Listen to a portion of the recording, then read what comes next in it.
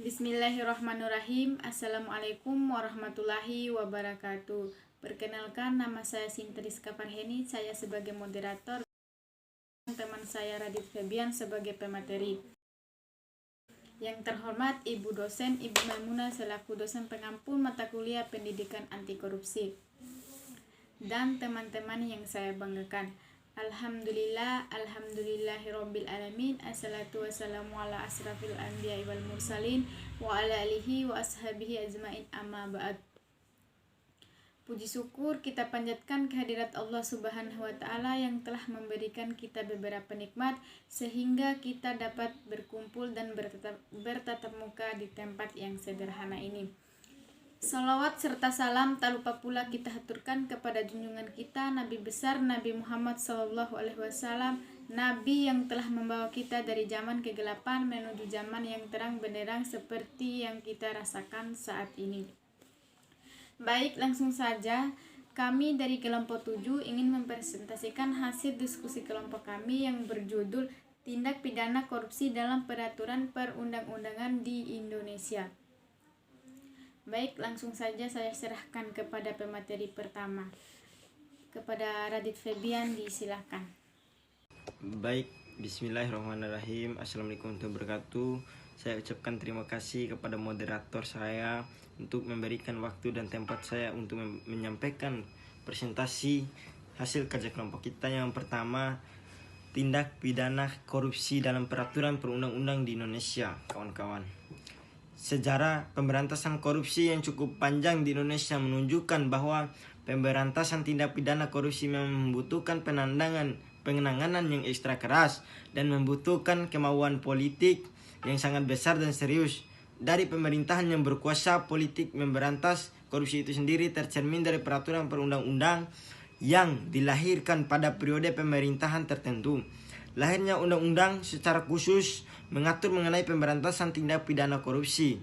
Sesungguhnya tidaklah cukup untuk menunjukkan keseriusan atau komitmen pemerintah. Perlu lebih dari sekedar melahirkan suatu peraturan perundang-undang, yaitu menerapkan ketentuan yang diatur di dalam undang-undang dengan cara mendorong aparat penegak hukum yang berwenang untuk memberantas korupsi dengan cara yang tegas, berani, dan tidak pandang bulu atau disebut nepotisme, kawan-kawan. Sejarah pemberantasan tindak pidana korupsi. Berbagai upaya pemberantasan korupsi dilakukan oleh pemerintah sejak kemerdekaan, baik dengan menggunakan peraturan perundang-undang yang ada maupun dengan membentuk peraturan undang-undang yang baru yang secara khusus mengatur mengenai pemberantasan tindak pidana korupsi. Adapun beberapa peraturan perundang-undang korupsi yang pernah dibuat dan dilakukan di Indonesia sebagai berikut, ada 12, kawan-kawan. Yang pertama, delik korupsi dalam KUHP. Yang kedua, peraturan pemberantasan korupsi penguasa perang pusat nomor PRT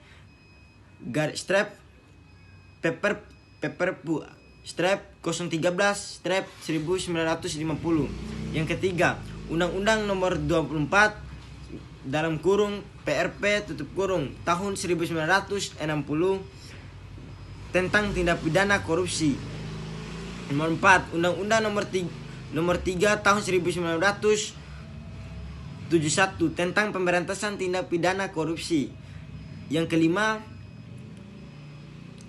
TAP MPR nomor 11/MPR/1998 tentang penyelenggaraan negara yang berisi dan bebas korupsi, kolusi, dan nepotisme. Yang keenam, Undang-Undang nomor 28 tahun 1999 tentang penyelenggaraan negara yang berisi bebas dari korupsi, kolusi, dan nepotisme. Nomor 7, Undang-Undang nomor 31 tahun 1999 tentang pemberantasan tindak pidana korupsi. Nomor 8, Undang-Undang nomor 20 tahun 2001 tentang perubahan dan atas Undang-Undang nomor 31 tahun 1999 tentang pemberantasan tindak pidana korupsi. Nomor 9, Undang-Undang nomor 30 tahun 2002 tentang Komisi Pemberantasan Tindak Pidana Korupsi. Nomor 10, Undang-Undang nomor 7 tahun 2006 tentang pengesahan Unitas Nation Convention Against Corruption. atau disebut Uncat 2003. Nomor 11, Peraturan Pemerintahan Nomor 71 Tahun 2000 tentang peran serta masyarakat dan pemberian penghargaan dalam penanganan dan pemberantasan tindak pidana korupsi. Nomor 12, Instruksi Presiden Nomor 5 tahun 2004 tentang pemecatan pemberantasan korupsi. Nah, yang B, latar belakang lahirnya delik korupsi dalam perundang-undangan korupsi. Yang pertama, untuk memahami delik korupsi yang diatur dalam undang-undang tentang pemberantasan korupsi, perlu meninjau latar belakang lahirnya ketentuan-ketentuan delik tersebut, mengingat munculnya undang-undang korupsi yang lebih baru adalah untuk memperbaiki kekurangan yang ada pada undang-undang sebelumnya, termasuk adanya kelemahan pengaturan mengenai rumusan delik. Yang C, yang terakhir kawan-kawan, delik korupsi menurut Undang-Undang Nomor 31 Tahun 1999, 10 Undang-Undang Nomor 20 Tahun 2001. Berdasarkan undang-undang, kita dapat membedakan 30 perbuatan yang masuk kategori sebagai delik korupsi. 30 perbuatan korupsi diatur dalam 13 pasal untuk mempermudah pemahaman penjelasan atas delik-delik korupsi. Dalam undang-undang dilakukan berdasarkan perumusan delik sebagai dijelaskan pada bagian terdahulu, yaitu delik korupsi yang dirumuskan oleh pembuatan undang-undang dan delik korupsi yang ditarik dari KUHP, Kitab Undang-Undang Hukum Pidana, baik secara langsung maupun secara tidak langsung. Mungkin itu saja yang saya dapat presentasikan.